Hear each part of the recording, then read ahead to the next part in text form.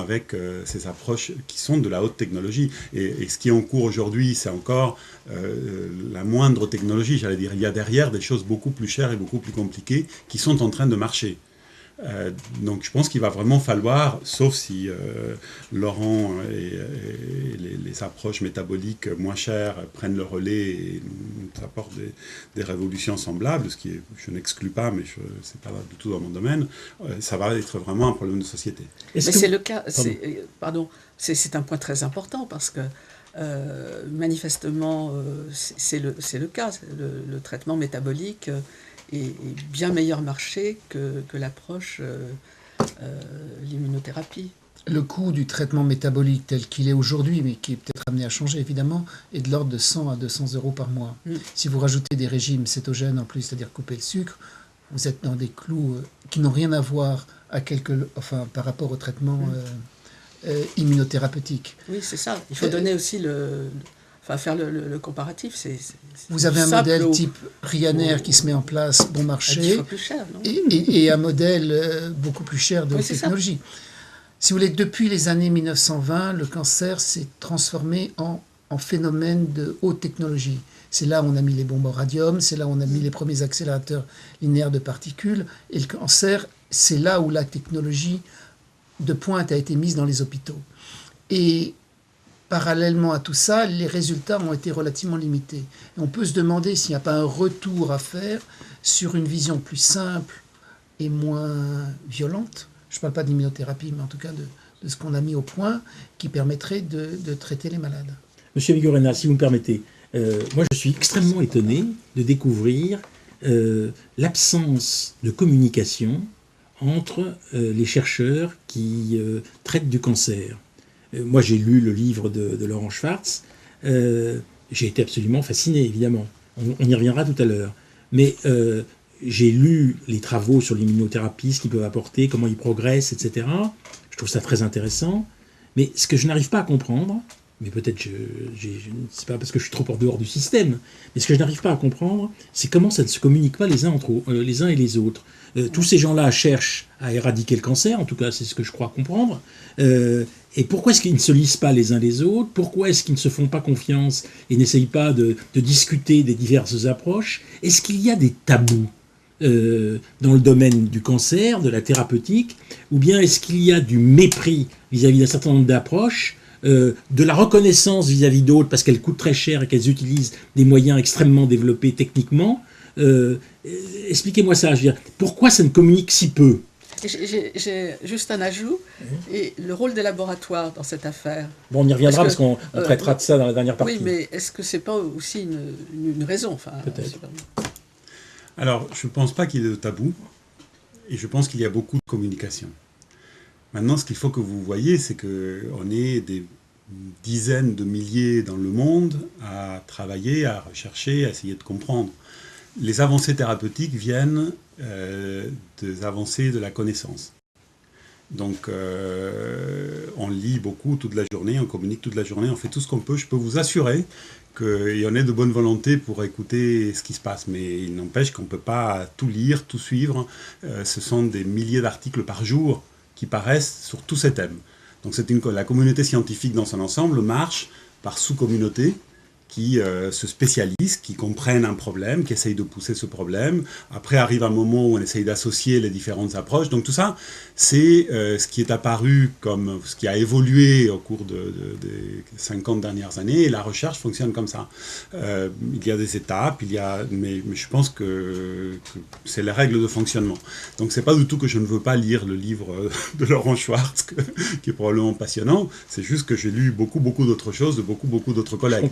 Maintenant, sur le métabolisme, il est apparu depuis une dizaine d'années que c'est un facteur majeur de régulation. Alors on savait évidemment qu'il fallait du sucre et manger, etc. pour vivre. Maintenant, les compréhensions des mécanismes métaboliques à l'origine qui accompagnent le cancer ou qui accompagnent et souvent sont déterminants pour le système immunitaire sont très très importants. Maintenant, il y a tout un domaine qui est l'immunométabolisme. où les gens essayent de manipuler, comme Laurent le fait pour les patients en ciblant le cancer, pour faire pareil avec le système immunitaire. Donc, toutes ces choses-là vont se mettre en place. Donc, vous annoncez que vous allez bientôt vous marier, tous les deux, et qu'il va y avoir donc... par les fiançailles. Et donc, il va être possible, à partir de là, d'utiliser de concert l'immunothérapie, qui, à mon avis, est très à la mode. Je veux dire, ça ne veut pas dire que c'est mauvais. Hein. Non. Je veux dire que tous les chercheurs, quand on recherche, pour préparer cette émission, j'ai été chercher vraiment sur la biographie d'un très grand nombre de chercheurs. Tous les chercheurs les plus à la pointe aujourd'hui disent, au fond, le système numéro 1 pour vaincre le cancer, c'est l'immunothérapie. Lui, il est moins à la mode avec le métabolisme. Alors, est-ce qu'il n'y a pas une question de mode? Voilà. Oui, enfin, si vous appelez mode le fait qu'on comprenne quelque chose et qu'ensuite on travaille dessus, oui, on fonctionne par mode. Le métabolisme, c'est probablement une vague qui est en train d'arriver, qui est un petit peu en retard par rapport à l'immunothérapie juste au niveau de la connaissance, mais c'est très très à la mode, je peux vous dire, en recherche fondamentale, on y est, on est en plein. Les manipulations du métabolisme pour l'immunothérapie, pour le cancer, c'est des choses auxquelles on s'intéresse et qui soulèvent un très grand intérêt dans la communauté. Ça, il n'y a pas de doute là-dessus. Maintenant, comment la manipulation du métabolisme permet de guérir le cancer? Je pense que c'est une question, si je vous dis, je serais ravi de lire, pas seulement le livre, mais les articles publiés pour me faire une idée personnelle. Merci à tous les deux. Donc, je rappelle que le livre dont nous allons continuer à parler, Les premiers succès du traitement métabolique, un traitement simple et non toxique, est publié aux éditions Thierry Soucard. Merci.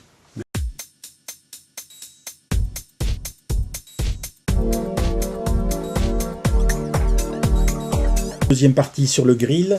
Donc nous avons face à face Laurent Schwartz. Je rappelle qu'il est l'auteur de ce livre Cancer, un traitement simple et non toxique, chercheur pendant très longtemps à l'École Polytechnique et qui est médecin cancérologue de la PHP.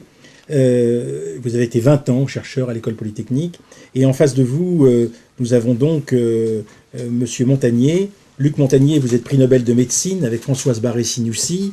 Vous êtes biologiste. C'est vous qui avez découvert le virus du sida. Alors, je voudrais commencer par inventorier cette méthode.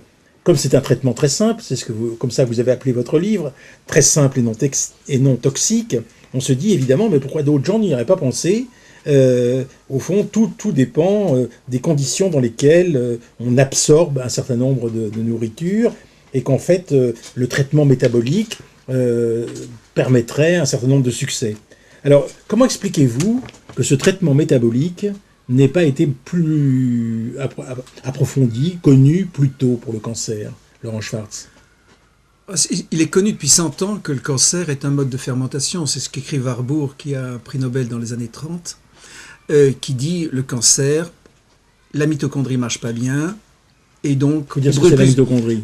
La façon de brûler le sucre n'est pas adéquate, et donc le cancer capte du sucre, et c'est ce qu'on fait encore aujourd'hui quand on fait des PET scans, on injecte du sucre radioactif et on voit que ça fixe au niveau des tumeurs. Donc cette histoire, elle est globalement connue. Et il y a des dizaines de milliers de publications sur le métabolisme et le cancer. Après, il y a dans la littérature, ici, là, aux États-Unis, en Europe, un cas de, 2 cas de ceci, des patients qui sont traités par des traitements métaboliques qui sont proches de ce que j'ai fait. Ça s'appelle le dichloracétate, l'acide lipoïque ou ainsi de suite. Et il y a des médecins qui disent que ça marche. Ce sont toujours des petites séries, ce n'est jamais fait dans des essais normés et ainsi de suite, mais tout ceci cuve sous la braise depuis longtemps. Nous, ce que nous avons fait, ça a été de s'inspirer de ce qu'avaient fait ces gens-là pour faire des dizaines de milliers de souris et de voir que relancer la mitochondrie, dans tous les cas, chez les souris, diminuait l'activité tumorale et les souris survivaient. Voilà. Alors peut-être, Monsieur Montagnier, vous avez préfacé le livre de Laurent Schwartz. Je voudrais que vous nous expliquiez qu'est-ce qui vous a séduit dans l'hypothèse de Laurent Schwartz et comment vous expliquez que pour l'instant, à ma connaissance, elle n'ait pas eu le succès qu'elle pourrait avoir compte tenu du fait qu'elle est relativement peu onéreuse, comme il l'a montré tout à l'heure, et que finalement c'est un traitement relativement simple. Vous avez dit tout à l'heure qu'il y avait des modes, c'est vrai. Il y a des modes, les gens, les chercheurs se jettent un peu comme des boutons, si vous voulez, quand il y a une chose nouvelle qui apparaît. En fait, comme l'a dit Laurent Schwartz, c'est une très vieille hypothèse, l'hypothèse du métabolisme des sucres dans le cancer. C'est du temps d'Otto Warburg. Et c'était un biochimiste, Otto Warburg. Mais finalement, maintenant, l'heure est à la génétique, à la biologie moléculaire. Donc c'est un peu passé de mode. Mais en fait, c'est une question fondamentale. Pourquoi les cellules deviennent cancéreuses? Les cellules du soi, n'est-ce pas, de nous-mêmes. Pourquoi deviennent-elles cancéreuses? Alors moi je voudrais un peu revenir en arrière, c'est-à-dire sur mes propres recherches, puisque j'ai travaillé à l'Institut Curie pour le cancer, l'Institut de recherche de l'Institut Curie, et j'ai travaillé ensuite à l'Institut Pasteur où j'ai créé une unité de recherche qui s'appelle oncologie virale, parce que je pensais, c'est un peu mon fil conducteur, c'est pas tellement le métabolisme, pour moi c'est les agents infectieux, l'agent étranger qui cause le cancer, n'est-ce pas? Parce que j'ai philosophiquement l'idée que du fait que nous existons depuis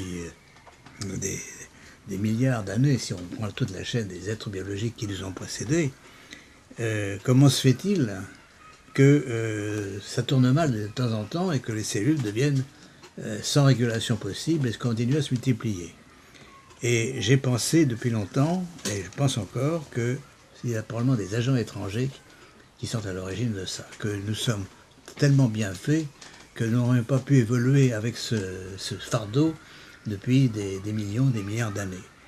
Alors, quels agents étrangers? Alors les virus, bien sûr, mais aussi les bactéries intracellulaires. Il faut bien voir que nos bactéries, certaines des bactéries ont appris à persister dans les cellules, à l'intérieur des cellules, comme les virus, et à faire des dégâts à long terme, et en étant presque invisibles au système immunitaire, d'où l'idée, bien sûr, de le stimuler pour les reconnaître. Et donc, moi, je poursuis encore cette idée, mais qui est proche de celle de Laurent Schwartz. C'est pourquoi, donc, j'ai eu le plaisir de préfacer son livre, et je défends cette théorie qu'effectivement, le métabolisme et des cellules cancéreuses, c'est différent. Et pourquoi? N'est-ce pas? Pourquoi? Alors, pourquoi? Parce que les mitochondries probablement se modifier, ce sont celles qui font les sources, qui sont les sources d'énergie dans les cellules, et quelque chose tourne mal, puisque leur métabolisme est complètement brouillé dans les cellules cancéreuses, et le métabolisme du sucre notamment. Donc, qu'est-ce qui fait ça? Et je pense donc peut-être un agent étranger, alors soit un virus, soit une toute petite bactérie intracellulaire, soit même une forme nouvelle qu'on ne connaît pas. Mais donc, si le cancer a une origine infectieuse, on doit pouvoir un jour s'en débarrasser. Laurent Schwartz, j'ai essayé de résumer de façon la plus pédagogique possible ce que j'ai compris de votre livre. En fait, les cellules saines sont de faible densité, alors que les cellules cancéreuses sont toujours très denses. D'où d'ailleurs, on peut palper la grosseur du sein, par exemple, quand on a un cancer du sein. Les cellules saines et les cellules cancéreuses n'ont pas le même pH, c'est-à-dire n'ont pas le même au fond, degré d'acidité. Les cellules cancéreuses produisant plus d'acidité sur les contours de la tumeur, et elles se servent de cette acidité pour attaquer d'une certaine façon et cuire, un peu comme un poisson à la tahitienne, les cellules normales. Les cellules cancéreuses ont un énorme besoin de sucre, et en fait 10 fois plus qu'une cellule saine. Donc, si on restreint le sucre, si on les prive, elles vont dépérir. Voilà à peu près l'hypothèse qui est la vôtre. Une des grandes nouveautés, me semble-t-il, de votre travail, ce sera l'utilisation de produits naturels déjà connus en tant qu'antioxydants pour d'autres propriétés susceptibles d'utiliser au fond cette absence de sucre, et d'avoir cherché la bonne association, le bon dosage des antioxydants qui semblent agir spécifiquement sur les cellules cancéreuses. Est-ce que j'ai bien compris le projet qui est le vôtre? Ce que Warburg dit en 1930, enfin en réalité il le dit déjà depuis 1919, mais ça ne changera rien à la seconde, c'est le cancer est une maladie de la mitochondrie. Et donc de l'absence de sucre. Enfin de la mauvaise digestion du sucre. C'est ce qu'il voit, ce qu'il dit, ce qu'on appelle l'effet Warburg. Et la seule chose qu'on ait faite, c'est qu'on a pu relancer la mitochondrie avec des molécules qui existent dans la pharmacopée, qui sont aussi au moins d'une cinquantaine d'années. Et quand on fait ça, les tumeurs poussent moins vite. Ce qu'il y a derrière tout cela, c'est une définition du cancer qui devient simple. C'est une maladie de la combustion du sucre. Le diabète, c'est une maladie, le sucre ne rentre pas dans la cellule. Le cancer, c'est une maladie de la combustion du sucre. Le jour où vous relancez la combustion du sucre, ça ne pousse plus. Et il y a des dizaines de milliers de publications qui vont dans ce sens-là. Alors, on a mis au point une combinaison à force d'expérimentation qui marche. Il y a certainement bien mieux. Et on ne peut couvrir qu'une porte. Il y aura encore plein d'autres choses derrière. Et les molécules qu'on a aujourd'hui ne sont peut-être pas celles qui resteront dans le futur. Mais alors peut-être on peut dire quelles sont les deux molécules que vous utilisez, l'acide alpha lipoïque et l'hydroxycitrate de carbone. C'est les deux molécules que vous utilisez, non ? C'est celle qu'on a. Alors quand on a revu les travaux de Warburg, on s'est demandé pourquoi ils n'avaient pas essayé de lever la fermentation. Toujours est-il que ça ne s'est pas fait. Et donc on a fait des combinaisons de drogues. S'il y avait une drogue miracle qui marchait, ça se saurait. Donc on a fait des combinaisons, on a fait des souris et ces drogues-là sont sorties et pas les autres. Donc, et après on a compris que ces drogues-là relançaient la mitochondrie et que c'était comme ça quand on faisait un peu comme un coup de manivelle et la machine redémarrait. Luc Montagnier, comme ça, résumé, ça paraît vraiment très simple.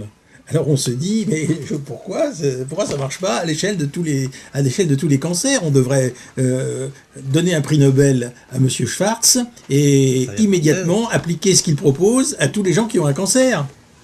Je crois, mais je voudrais revenir un peu sur l'origine du cancer. N'est-ce pas ? Vous avez parlé des mitochondries. Peut-être tout le monde ne sait pas ce que ce sont, les mitochondries.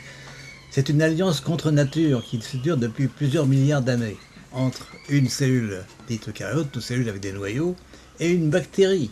Donc nous avons dans nos cellules une centaine ou plus de mitochondries qui sont toutes, donc ont tous le même matériel génétique, très, très petit d'ailleurs, parce qu'il est bien contrôlé par le noyau de la cellule. Et ces mitochondries sont les batteries de la cellule, donnent l'énergie. Et donc c'est un paradoxe que je me pose encore, donc je me pose un peu l'origine, la question de l'origine. Comment ces bactéries ont appris à vivre dans nos cellules et à être utilisées et les utiliser, n'est-ce pas ? C'est une sorte de symbiose qu'on appelle, mais il y avait beaucoup plus de construction génétique possible. Pourquoi celle-ci a persisté ? C'est vraiment un mystère. Peut-être à l'origine, c'était pour nos cellules différenciées d'échapper aux radiations qui entouraient la Terre et le système solaire. Mais maintenant, nous sommes dans une région relativement calme, mais tout ceci persiste. Mais effectivement, il y a des maladies, de plus en plus de pathologies qui sont liées au mauvais fonctionnement des mitochondries. Donc il faut remonter à l'origine, et notamment dans le cancer, pourquoi fonctionne-t-elle mal ?